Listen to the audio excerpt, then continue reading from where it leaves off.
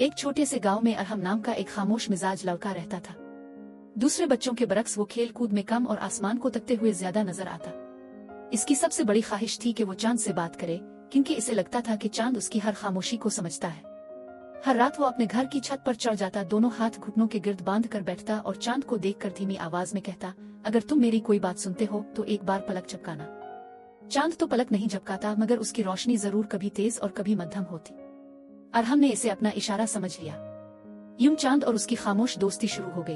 अरहम अपनी सारी बातें चांद से करता, अपने टूटे खिलौने का दुख, अपनी माँ की थकन का ख्याल, अपनी मेहनत से बनाई हुई पतंग की खुशी।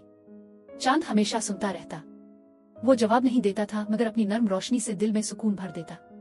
एक रात गांव पर बादल छा गए, बिजली जोरों से चमकी, आसमान गिर जा और बारिश ने हर तरफ कीचड़ फैला दिया। अरहम बेचैन हो गया। वो चांद को नहीं देख पा रहा था। चांद मेरे दोस्त, तुम कहाँ हो? इसने रोते हुए आसमान की तरफ देखा, मगर कुछ नजर न आया। इसी लम्हे इसे दूर पहाड़ी के पास एक मध्यम सफेद रोशनी झिलमिलाती दिखाई दी।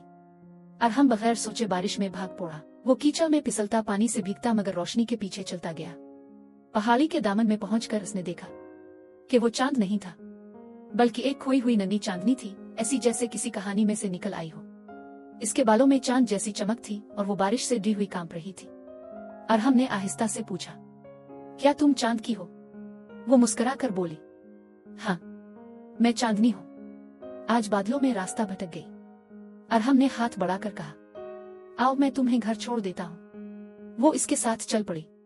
जैसे जैसे वो आगे बढ़ते, अरहम के कदमों के नीचे से कीचड़ खुश्क होता जाता और बारिश आहिस्ता आहिस्ता कम होती जाती। जब दोनों पहाड़ी के पास पहुंचे तो आसमान साफ हो चुका था। चांद पूरी शान से चमक रहा था।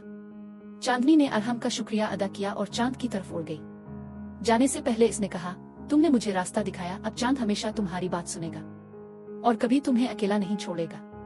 इस दिन के बाद जब भी अरहम छत पर आकर चांद से बात करता, चांद की रोशनी खास तौर पर इस पर पड़ती, जैसे कोई दोस्त सर झुकाकर पूरी तवज्जो से इसकी बातें सुन रहा। और यूं चांद से दोस्ती करने वाले लड़के की कहानी सच बन गई, क्योंकि बाज ख्वाब आसमान तक पहुंच ही जाते हैं।